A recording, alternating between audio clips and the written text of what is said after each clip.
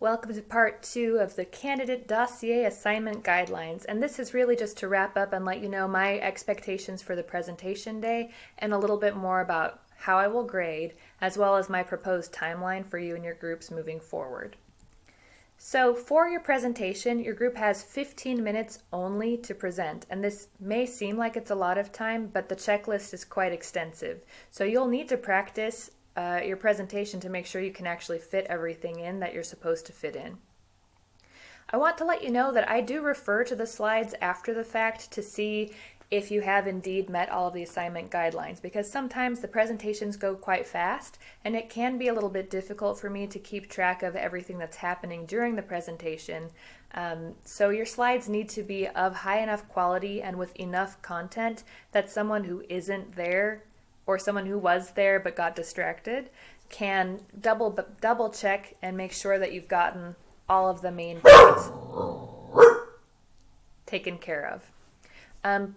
That being said, since I'm expecting your slides might have fairly robust information on them, please don't read them word for word. Please pick out major themes that you're going to say in a clear way. So give us the summary, give us the upshot when you're talking to us, and trust us to be able to look at the slide later if we don't want to have it read word for word.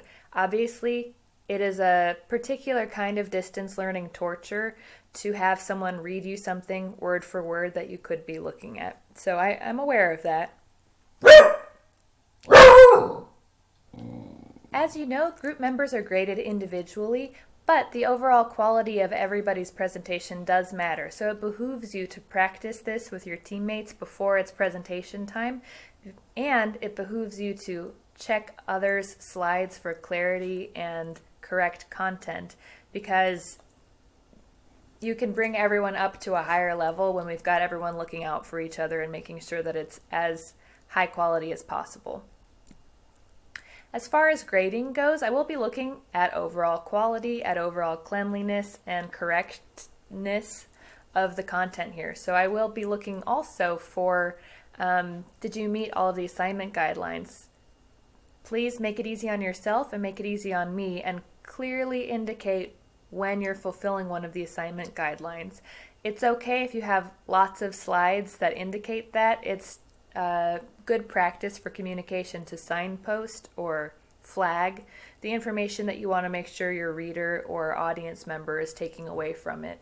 So since I'm your audience member and I'm looking for the assignment guidelines being met, it's good communication practice to flag the stuff that is taking care of those different guidelines. Please make sure that you attend your presentation unless by prior arrangement with me, because I am aware that some people have internet connection issues or are in very, very different time zones. So if that's you, let me know, and please let your group know also whether or not they can expect you there on presentation day and what we should do in your absence. So talk to me if you can't come to your presentation day, but otherwise I will expect that you can, and you'll get a 0 if you don't show up and also don't communicate with me. So just communicate with me, everything will be fine. Grading. Are your slides easy to read and free from errors? So part of this has to do with whether or not it's easy to look at, and I understand these slides aren't. So is it easy to look at, and is it clean? So is it free from errors, and is the content correct? Are you using MLA citations everywhere that you should?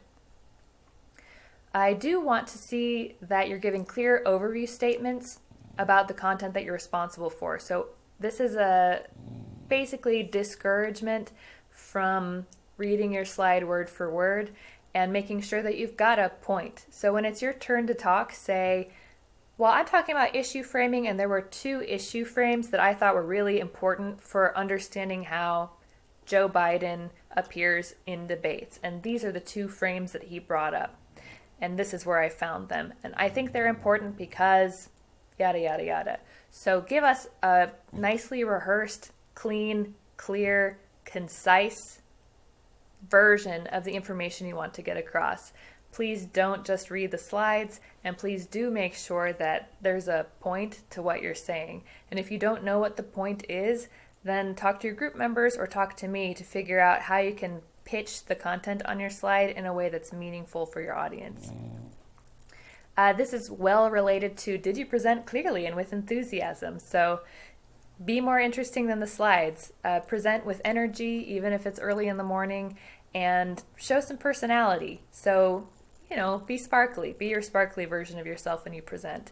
Low energy or unfamiliar with the content kind of presentation can affect the grade somewhat. So here are your next steps, or what I think prudent next steps are.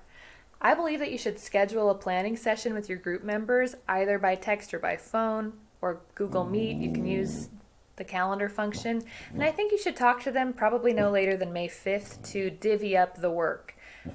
You should make sure that group members have an even workload. And you should nominate one person who is very good at writing and MLA formatting to serve as the group's editor. I also think that you should nominate one person to be the taskmaster or the schedule enforcer. So there should be one person whose job it is, with your permission and your consent, to remind you to stay on task. Play to group members' strengths. Play to the expertise that each group member has.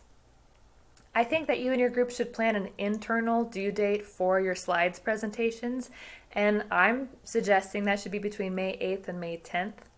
And you should also plan a due date to edit and practice the presentation. And you should practice no later than, say, the early evening on May 12th if you're presenting on May 13th.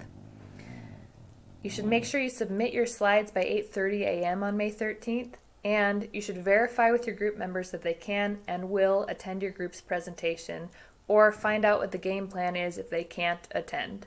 So start communicating with each other now, and you'll have a much happier time over the next 2 weeks. And that's it. So good luck on your presentations, good luck preparing everything, and please get in touch with me or set up an appointment with me and or your group in the coming week so that we can learn about your candidates starting on May 13th. All right, take care.